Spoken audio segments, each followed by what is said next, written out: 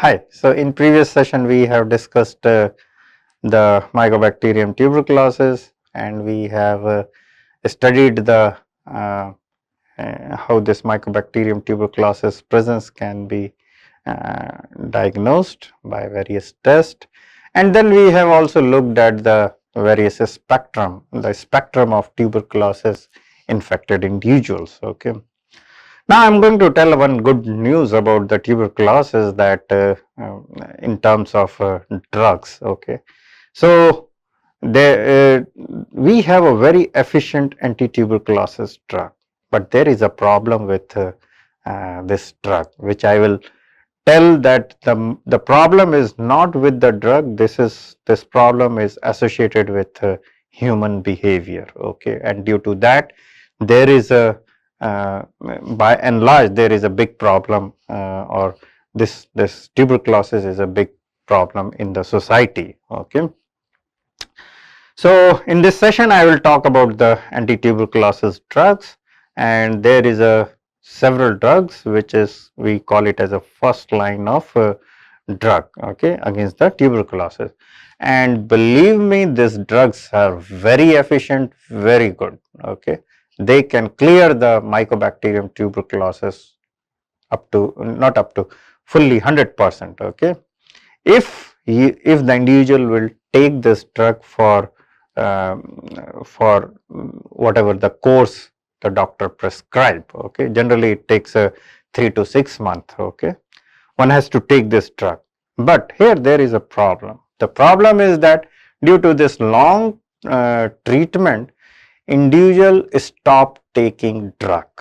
Okay, because these drugs are so efficient, very good in all kinds of clearance um, of this Mycobacterium tuberculosis, and it also quickly relieves the symptom. Okay, and due to this human behavior, this individual stop taking or ignoring the drug, and then that problem arises, and the problem is development of drug resistant Mycobacterium tuberculosis.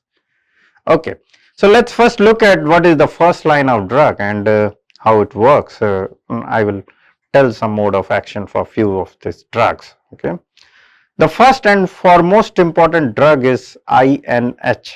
Okay, this INH is a drug which is basically very efficient, and this is a basically inhibitor of this Mycobacterium catalase peroxidase enzyme. Okay, and if you look at this drug structure, then you will, or if you remember the structure of some vitamin, there is a vitamin known as pyridoxal phosphate. Okay, so this drug is similar to the pyridoxal phosphate. Okay, which is a vitamin. Okay, and when the individual start taking this drug, then the individual also suffer from deficiency of that vitamin. Okay, this drug basically target the Mycobacterium tuberculosis catalase peroxidase enzyme, and since this drug is close to the pyridoxal phosphate, so individual need to take this vitamin in order to, because this is a competitive inhibitor if you see carefully. Okay, another drug is rifampicin. It's basically inhibit the bacterial DNA dependent RNA polymerase by forming a stable complex and inhibit the initiation of RNA synthesis. Okay, this is also very efficient drug. Okay, another is pyrazinamide. This basically disrupt the membrane transport and energetic. Okay, another is ethambutol. This is active against multiplying Mycobacterium tuberculosis bacilli by interfering in the biosynthesis of cell wall arabinogalactan. Okay,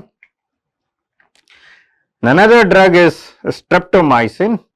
This basically bind to the small 16S ribosomal RNA. If you remember, the bacteria has a 17S ribosome, okay, and this 17S ribosome is, again there will be a 50S and 30S, okay, and there is in 30S there will be a 16S RNA. So basically this molecule interact with that, okay. This bind to the small 16S ribosomal RNA of 13S ribosomal subunit irreversibly and interfering the binding of formal methylyl tRNA to the 30S subunit. Basically this inhibit the protein synthesis processes in the Mycobacterium tuberculosis, okay. So all these drugs are highly efficient with very less side effect, okay. One of the side effect I have explained you, there will be a deficiency of a vitamin once the individual start taking the INH, okay. And but that can be very easily managed. One can give the multivitamin or that pyridoxal phosphate. Generally individual receive the multivitamin tablets, okay. So this can be very easily managed, and these drugs are so efficient that even if the individual is having a full blown disease, and if you start the individual taking these drugs, in a week or in a month time the individual will feel very healthy, okay. But here the story will not finish. So most of Mycobacterium tuberculosis will be eliminated in first in this month or week time, right. But there are some mycobacteria which resides which needs to be cleared, and for that clearance the individual has to take about 6 month or 3 month drugs as per the prescription of prescribed by the doctor, okay. But the individual stop taking the drug, and then there is a problem, then there is a development of drug resistant Mycobacterium tuberculosis.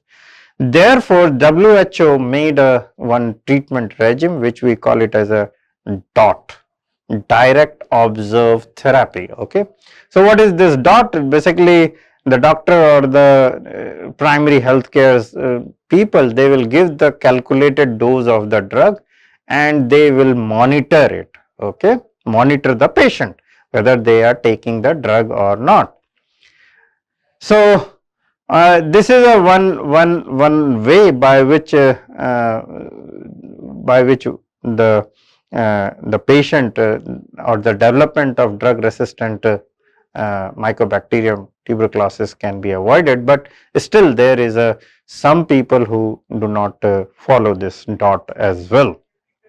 They don't come to the primary health center after some time, and then this problem arises. So in order to overcome, there is a second line of drugs, second line of anti-tuberculosis drug, which is having less potency but more toxicity, okay. And due to this, the second line of drug is not so useful. It is less potent against Mycobacterium tuberculosis, but it has a more toxicity. So these drugs are basically the antibiotic. Probably you are aware about those drugs. This is kanamycin, capromycin, ethionamide, cyclosporin, ofloxacin, ciprofloxacin, like that. So these are the drugs which is used for drug resistant tuberculosis, okay. There is a drug resistant tuberculosis, and this drug resistant tuberculosis can occur when the drug used to treat the TB are misused or mismanaged, okay.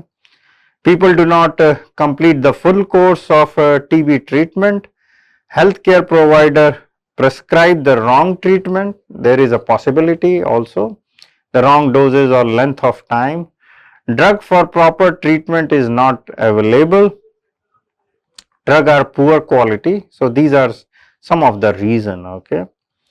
Then that result to the development of multi-drug resistant tuberculosis, which we call it as a MDR-TB, is caused by TB bacteria that are resistant to at least isoniazamide, rifampicin, And the last, the two most important potent drug, which is a first line of drug, okay. The pre-extensively drug resistant tuberculosis or pre-XDR, so that result to the development of extremely drug resistant tuberculosis, okay, is a type of MDR which is multiple drug resistant by TB bacteria that are resistant to isoniazamide, rifampicin or rifampin, fluoroquinolone or TB bacteria that are resistant to the isoniazamide, rifampin, and second line of injectable drugs. So when this there will be a drug resistant Mycobacterium tuberculosis, then the patient need to receive those less potent drug as an injection, okay, in order to eliminate those things, okay. There is extensively drug resistant or extremely drug resistant Mycobacterium tuberculosis, which is a point of concern for India mainly, because in India there is a lot of tuberculosis cases, or several part of Asia and in the world, okay. So if there will be extremely drug resistant Mycobacterium tuberculosis, then it is a difficult to manage, okay. Is a rare type of multiple drug resistant tuberculosis caused by TB bacteria that are resistant to the INH, isoniazamide, rifampicin, fluoroquinolone, and the second line of injectable, okay, these are the drug, or the TB that are resistant to these drug. So some time back still it is used that there is a one drug known as bedaquiline or quilin. This drug is basically a drug which is used against this multiple drug resistant Mycobacterium tuberculosis, okay. And this drug basically target the ATP synthase, okay. Their efficiency is less, again its efficiency is less, and it is associated with array of side effect, okay. And this drug should not be used. There is some very clear information about this drug. This drug should not be used for latent tuberculosis or drug sensitive tuberculosis, okay. Like okay, individual is thinking that okay, this is a XDR and but it is not XDR, so it should not be treated by this drug, okay. And this is associated with lot of side effects like nausea, arthralgia, you know, the joint pain. There will be a headache, there will be a blood in sputum after taking this drug, there will be a chest pain, there will be anorexia, okay.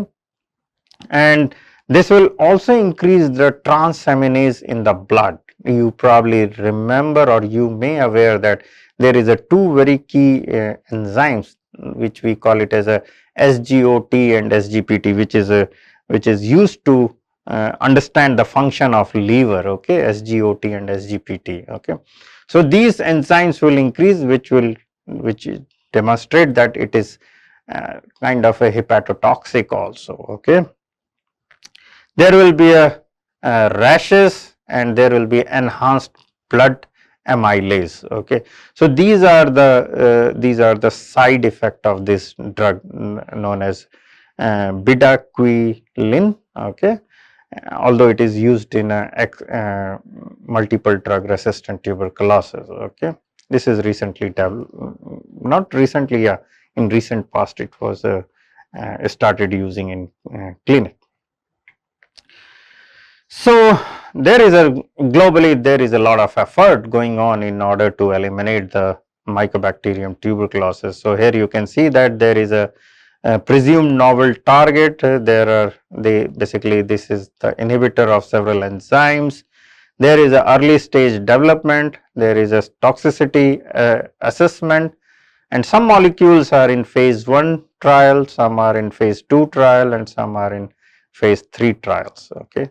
So this is just an overview of a global effort against the tuberculosis. Okay, the people are still working in order to eliminate the Mycobacterium tuberculosis. Okay.